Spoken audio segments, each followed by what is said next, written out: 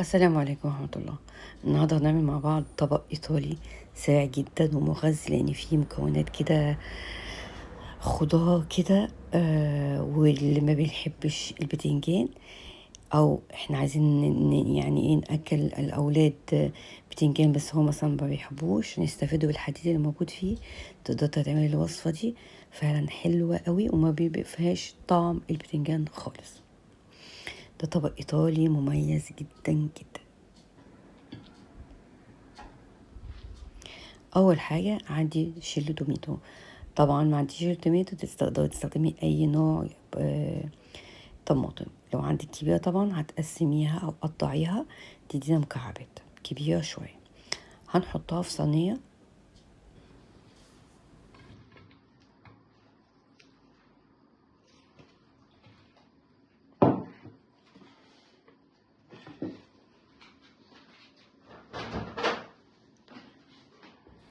ونجيب كده بتنجانية حلوة، بتنجان جومي.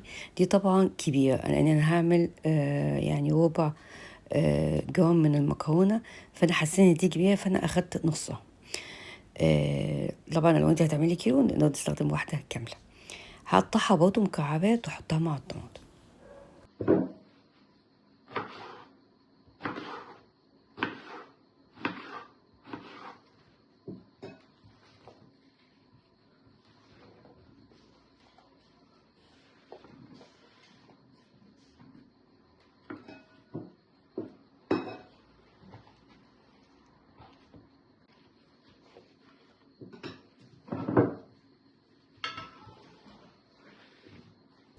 هنضيف بقى مع الكلام ده ايه؟ رشة زعتر او معلقة صغيرة، رشة ملح. انا حطيت ملح بس معلش هو ما بانش عندي في الفيديو. ورشة زيتون كده حلوة، يعني حوالي ربع كوباية.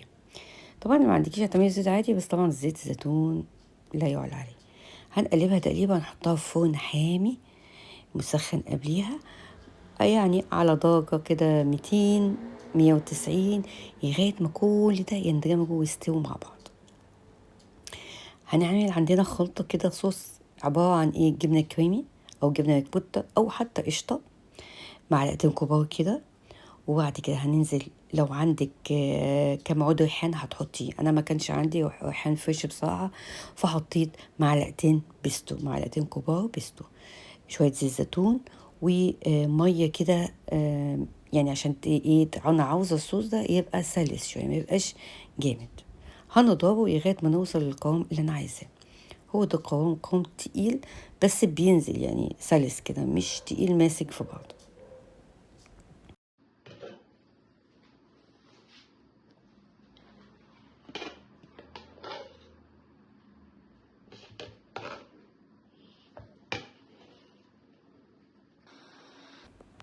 بصوا الكلام ده استوى كله مع بعض، وحتى الطماطم بتاعتنا طلعت الصوص بتاعها، والبتنجان استوى اتهوى تقريبا يعني.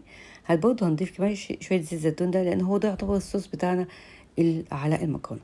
طبعا بسلق المكرونة بتاعتنا وهننزل بيها بقى على الخلطة الرهيبة دي. اقولكوش ريحتها عاملة ازاي يا جماعة، حلوة أو دي تتاكل كده بالعيش، رهيبة. في كمان نوع جبنة هنا بنستخدمه جبنة، يعني نوع جبنة ريكوتا بتتبشر، بس ما فيش هنحط شوية مثلا برمجان، شوية مثلا موتزاريلا، شيدر، اللي موجود عندك. مش هنتأيدي بحاجة مش موجودة. هننزل بالمكرونة طبعا، وبعد كده ده بقى بالخلطة الايه الصوص البيستو ده بالجبنة، ونقلب كل الكلام الحلو ده مع بعض. هناخد بس انا خدت شويه ميه من سلق المكرونه عشان انا مش عايزه الصوص يبقى قوامه تقيل، فيبقى سلس كده وحلو. هنقلب كده تقليبه حلوه. اقولكوش بقى ريحه يا جماعه، ريحه رهيبه.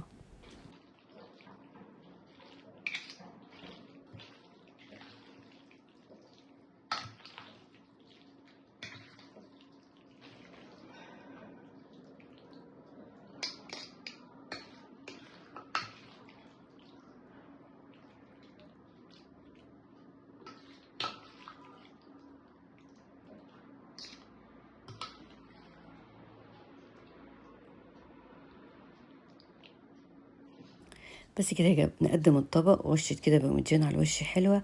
حطي عود ريحان لو عندك، معنا ما كانش عندي حطيت اي حاجة خضرا، كان عود كده نعناع فحطيته. بس كده يا جماعة وصفة خلصت، وصفة لذيذة جدا وسهلة وسريعة ومغذية واخر طعمة.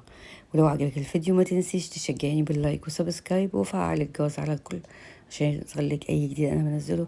اقول لكم بالهنا والشفا والسلام عليكم.